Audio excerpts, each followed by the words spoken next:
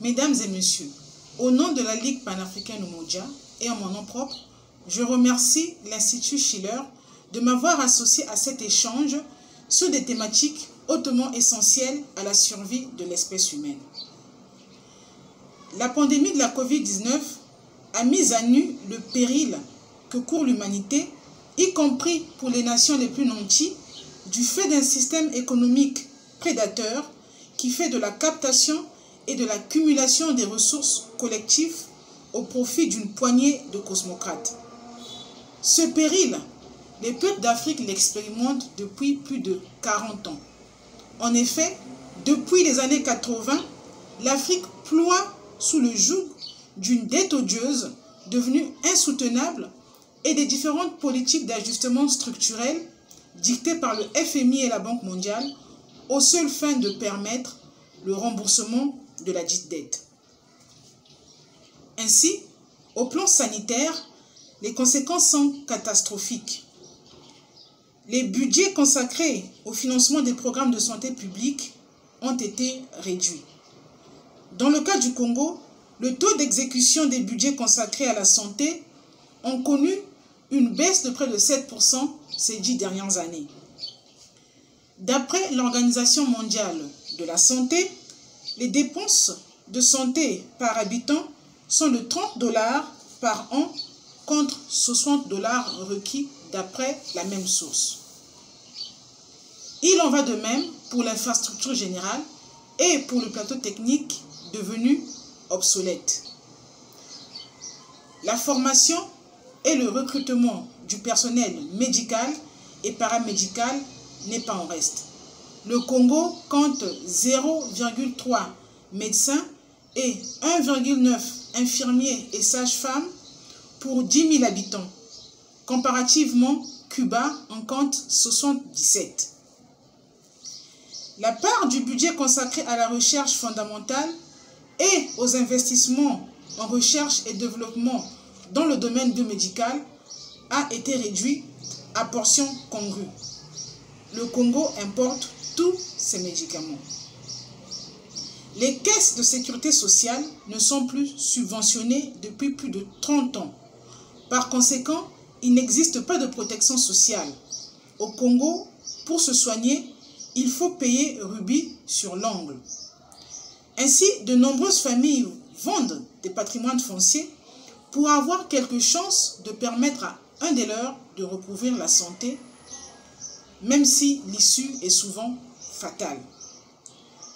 Une séance de chimiothérapie peut coûter jusqu'à $600 dans un hôpital public, alors que le SMIC congolais n'est que de $120. Une césarienne vaut jusqu'à $400. Le taux de mortalité maternelle au Congo est de 780 décès pour 100 000 naissances, l'un des plus élevés d'Afrique. Mais la conséquence la plus périlleuse est sans doute l'affaiblissement de l'État qui, pour obéir aux dictats du FMI et de la Banque mondiale, se trouve dépouillé de ses prérogatives, y compris dans la possibilité de réfléchir et de construire un système de santé conforme aux besoins des populations.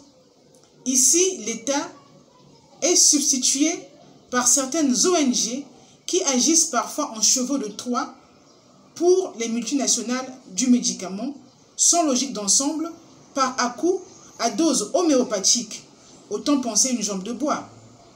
Mesdames et messieurs, les accords de libre-échange conclus entre nos États et l'Union européenne ont fait de l'Afrique le réceptacle des chutes de viande et autres volailles impropres à la consommation. Au Congo, ce que nous mangeons nous tue. À cause des coûts de production élevés, le prix de vente moyen d'un poulet produit localement est de $6 contre $2 pour un poulet importé. La question de santé rejoint étroitement la question alimentaire. Mesdames et messieurs, nous le savons tous, l'oligarchie mondialiste opère en s'attaquant au pouvoir normatif des États. Il faut donc réhabiliter l'État en lui permettant de recouvrir tous ses instruments de souveraineté afin qu'il remplisse ses fonctions régaliennes, dont la plus importante est sans doute la protection de sa population. Et cela passe par la dénonciation des dettes odieuses et des dictats imposés par le FMI et la Banque mondiale. C'est à l'État qu'incombe la responsabilité de réfléchir, de mettre en œuvre et de financer les politiques de santé publique.